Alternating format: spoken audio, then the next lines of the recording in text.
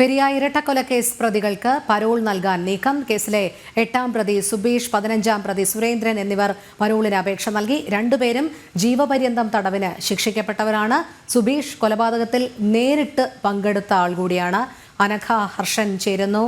അനഘ, നമുക്കറിയാം CPM-മായി ബന്ധപ്പെട്ട് പ്രതികളുള്ള കേസുകളിലൊക്കെ സർക്കാർ തന്നെ ഇടപെട്ട് പരോൾ നൽകാനുള്ള നീക്കം അനധികൃതമായി തന്നെ നടക്കുന്നുണ്ട്. പല കേസുകളിലും ഇപ്പോൾ പെരിയ ഇരട്ടക്കൊലക്കേസ് പ്രതികൾക്കും പരോൾ നൽകാനുള്ള നീക്കം നടക്കുന്നു എന്നാണ് അറിയാൻ കഴിയുന്നത്. വിവരങ്ങൾ.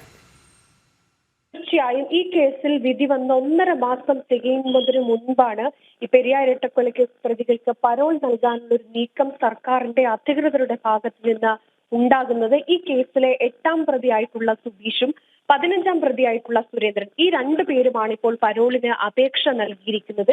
ഇതിൽ കേസിലെ 8ാം പ്രതിയായിട്ടുള്ള സുബീഷ് കൃത്യത്തിൽ നേരിട്ട് പങ്കെടുത്തിട്ടുള്ള ആളാണെന്ന് ക്രൈംബ്രാഞ്ച് നേരത്തെ തന്നെ കണ്ടെത്തിയിട്ടുണ്ട്. മാത്രമല്ല ഈ 2 പ്രതികളെയും ജീവപര്യന്തം തടവിന് ശിക്ഷിക്കപ്പെട്ടവരാണ്. ഇവരാണിപ്പോൾ പരോളിന് അപേക്ഷ നൽകിയിരിക്കുന്നത്. ഈ സംഭവവുമായി ബന്ധപ്പെട്ട് ജയിൽ അധികൃതർ നൽകുന്ന വിശദീകരണം, ഇവർ നേരത്തെ തന്നെ ഈ ജീവപര്യന്തം തടവിന് ശിക്ഷിക്കപ്പെട്ടവർ 2 വർഷത്തിലധികം തടവ് അനുഭവിച്ചു കഴിഞ്ഞാൽ ഇവർക്ക് പരോളിന് അപേക്ഷിക്കാം എന്നാണ് ജയിൽ അധികൃതരുടെ ഭാഗത്തു നിന്ന് ഈ സംഭവവുമായി ബന്ധപ്പെട്ട് നൽകുന്ന വിശദീകരണം. അങ്ങനെയാണെങ്കിൽ ഇവർ പരോളിന് അർഹരാണ് എന്ന് തന്നെയാണ് ജയിൽ അധികൃതർ പറയുന്നത്. മാത്രമല്ല ഏറ്റവും സങ്കടകരം ഈ യൂത്ത് കോൺഗ്രസ് പ്രവർത്തകരായിട്ടുള്ള കൃപേഷും ശരത്ലാലിന്റെയും ചരമവാർഷിക ദിനം കൂടിയാണ് ഇന്ന് എന്നതാണ്. ആ ദിനത്തിലാണ് ഈ കൃത്യത്തിൽ നേരിട്ട് പങ്കെടുത്ത ഈ ക്രൂരകൃത്യം ചെയ്ത പ്രതികൾക്ക് പരോളിൽ ഇറങ്ങാനുള്ള ഒരു സാഹചര്യം അധികൃതരുടെ ഭാഗത്ത് നിന്ന് ഉണ്ടാകുന്നത് എന്നതാണ്. മറ്റൊന്ന്, ഈ സംഭവവുമായി ബന്ധപ്പെട്ട് കൂടുതൽ പ്രതികൾ ഈ കേസിൽ അകപ്പെട്ടവർ പരോളിന് അപേക്ഷ നൽകാനുള്ള ഒരു സാധ്യതയുമുണ്ട്.